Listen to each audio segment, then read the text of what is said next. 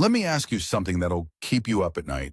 How did humanity, in an era when horses were still the main mode of transportation and electricity was considered a parlor trick, manage to slice through an entire continent? The official story falls apart the moment you do basic math. The Suez Canal, a waterway stretching over 100 miles up to 350 meters wide at the surface and 65 feet deep.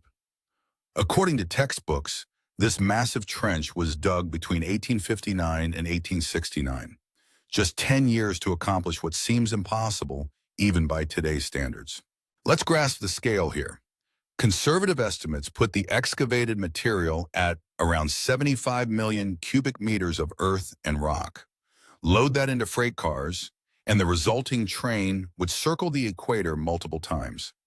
And we're supposed to believe all of this was done by hand, with pickaxes, hoes, and wicker baskets, in the middle of a scorching desert with no water, no food, and no shelter from the brutal sun. Historical records mention 150,000 Egyptian peasants forced into labor, but simple logic destroys this claim. To survive hard physical work under that blazing sky, the human body needs at least 3 liters of fresh water daily. Multiply that by 1.5 million workers, you get 4.5 million liters of drinking water every single day for an entire decade. How exactly was this water delivered? On camels crossing hundreds of miles of waterless wasteland? They tell us about a special freshwater canal called Ismailia, built to supply the workers. Here's the catch. It wasn't completed until 1863. What did those workers drink for the first 4 years? Sand? Academia has no answer. By the time work began on the isthmus, photography was developed enough to document such a massive undertaking. We should have thousands of images showing ant-like swarms of hundreds of thousands of diggers. But what do we actually see in surviving photographs? Smooth water surfaces, ships gliding majestically through the channel, perfectly even banks. Where's the epic construction site? Where are the endless lines of carts, mountains of excavated soil, crowds of exhausted workers? In those rare shots presented as construction evidence, we see only a few dozen people casually poking around at the bottom of an already formed gigantic channel. They look more like archaeologists clearing ancient ruins from sand than builders creating something from scratch. Look at the shorelines. Anyone who's ever dug a ditch knows the excavated dirt inevitably forms ridges along the edges. But in historical Suez photos, the banks are remarkably flat. Where are the spoil heaps from 75 million cubic meters? Vanished into thin air? Hauled away?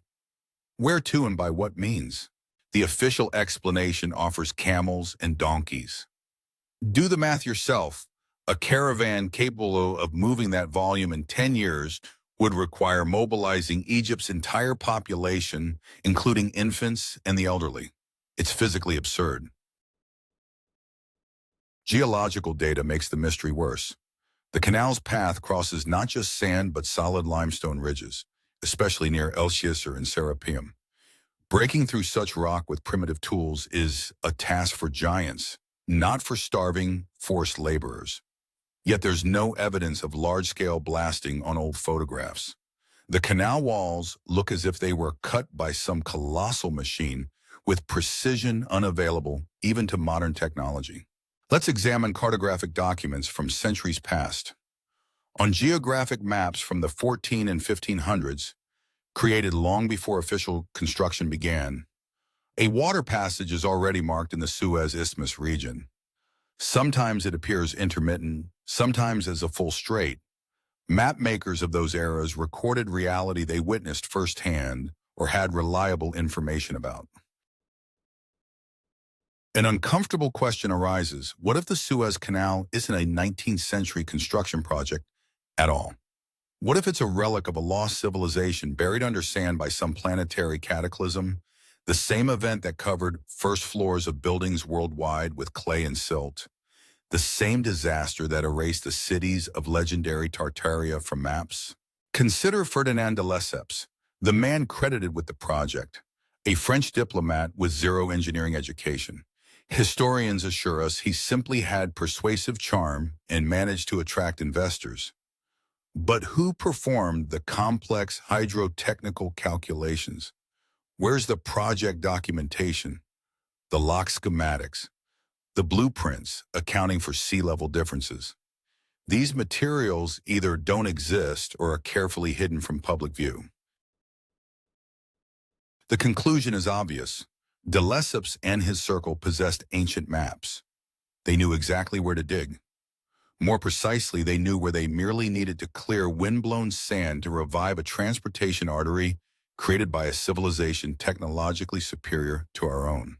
Remember the intense fascination with Egyptian antiquities that gripped Europe in the 19th century? Napoleon sailed to the Nile with an entire army of scientists and artists.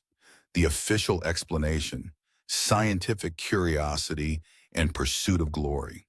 But weren't they searching for something specific?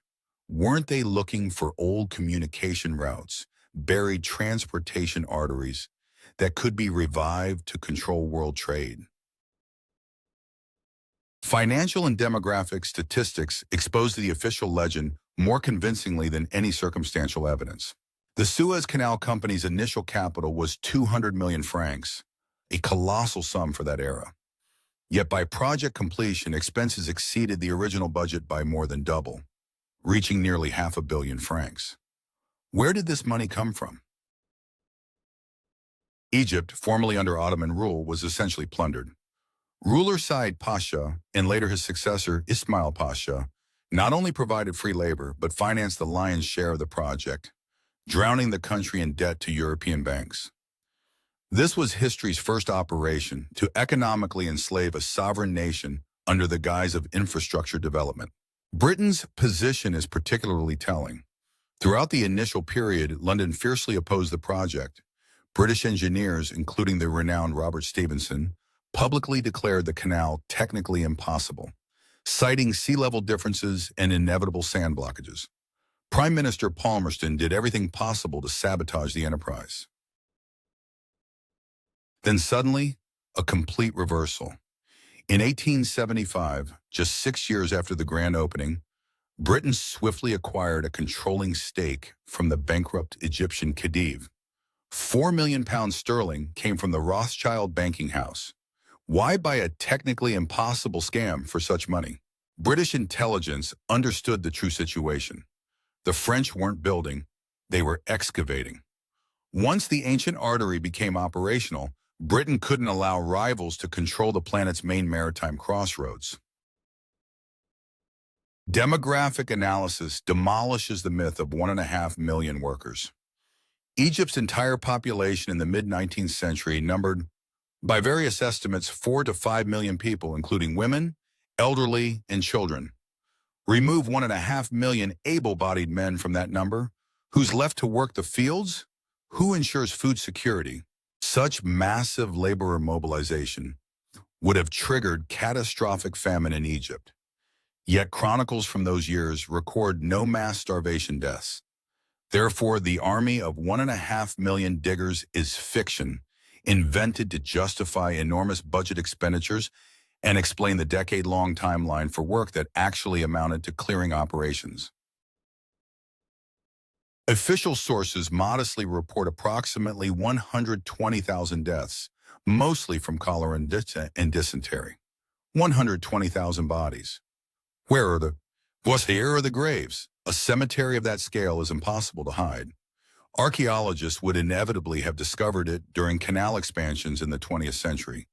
But mass graves of canal builders have never been found. Where did the remains go? Or did they never exist, with death statistics fabricated to explain why no workers returned home to tell what they'd seen?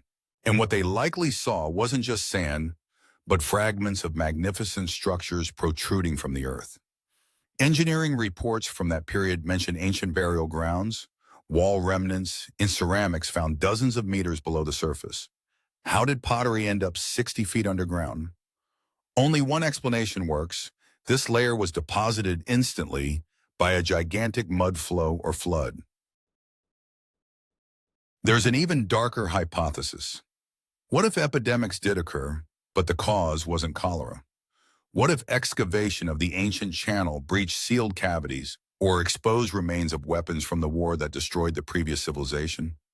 Mysterious diseases killing people by thousands might have resulted from radiation exposure or poisoning by unknown substances preserved in deep soil layers. The Suez Isthmus isn't an isolated phenomenon. One glance at a world map reveals a disturbing pattern.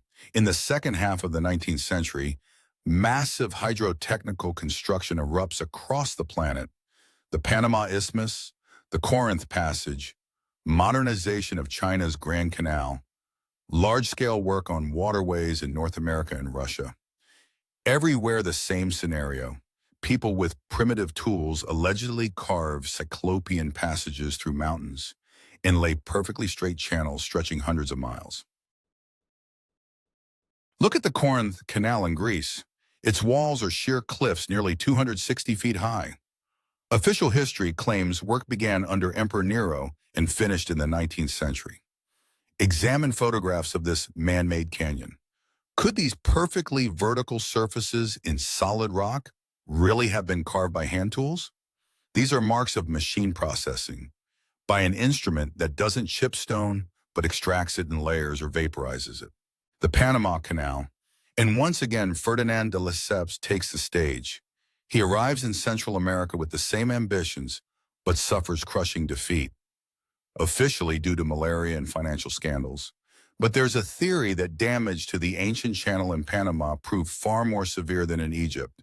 There, the task required not sand clearance, but restoration of lock mechanisms damaged by tectonic shifts.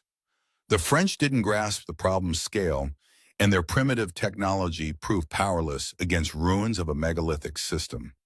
Americans later dynamited everything and poured concrete, forever burying remains of ancient mechanisms that may have regulated water exchange between two oceans. A bold hypothesis emerges. The Suez Canal isn't merely a shipping lane, it's an element of global planetary infrastructure. The canal connects the Red Sea and Mediterranean, two enormous reservoirs with different salinity, temperature, and water density. Their connection creates a powerful ionic exchange flow, essentially a giant natural battery. The canal's hydrodynamics generate constant current without any pumping stations. Might ancient builders have used this potential difference to generate energy that powered an entire region's biosphere? Remember, the Sahara wasn't always desert. Ancient maps depict this region as a flourishing land with full rivers and thriving cities. What if the Suez Canal's burial under our sand caused it as North Africa's desertification? Water circulation stopped, energy exchange broke down, and fertile land became lifeless wasteland. The spectacle's climax was the canal's grand opening in November 1869. This wasn't merely celebration, it was a victory feast for those who'd claimed the heritage of vanished ages. Giuseppe Verdi's opera Aida, created for this event, is saturated with symbolism of ancient Egypt's demise and the departure of old gods. A flotilla of dozens of ships passed through the canal without a single mishap, as if these routes had been navigated for centuries.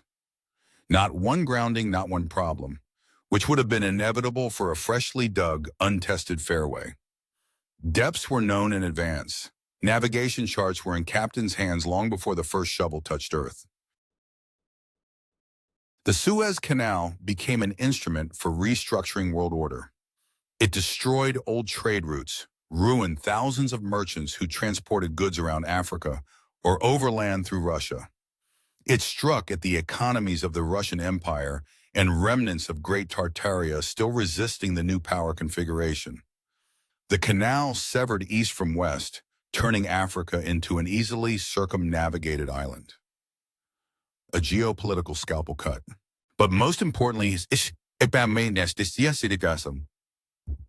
became evidence that history has been rewritten. Acknowledging that the canal always existed means acknowledging that before us, Earth had a global transportation network connecting continents.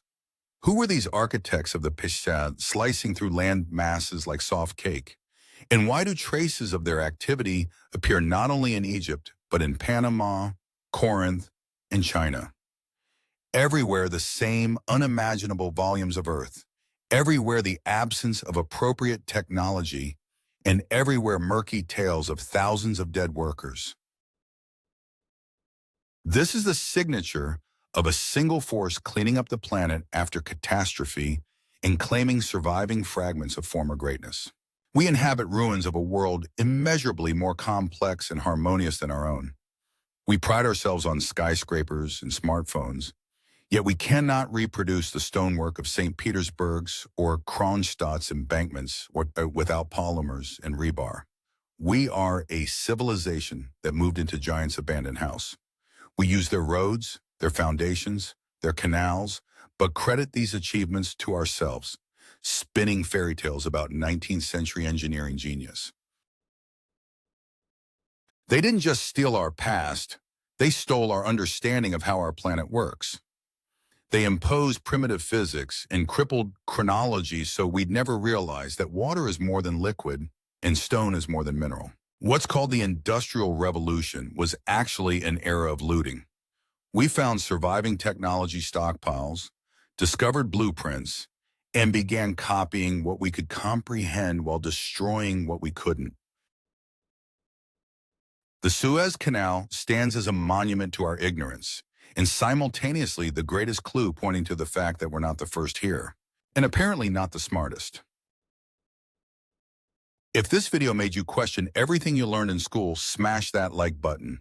If you're ready to dig deeper into what they're hiding from us, hit subscribe and turn on notifications. They're counting on you scrolling past. Prove them wrong. The more of us who wake up, the harder it gets to keep the truth buried. Send this to a friend. Let them lose sleep tonight too.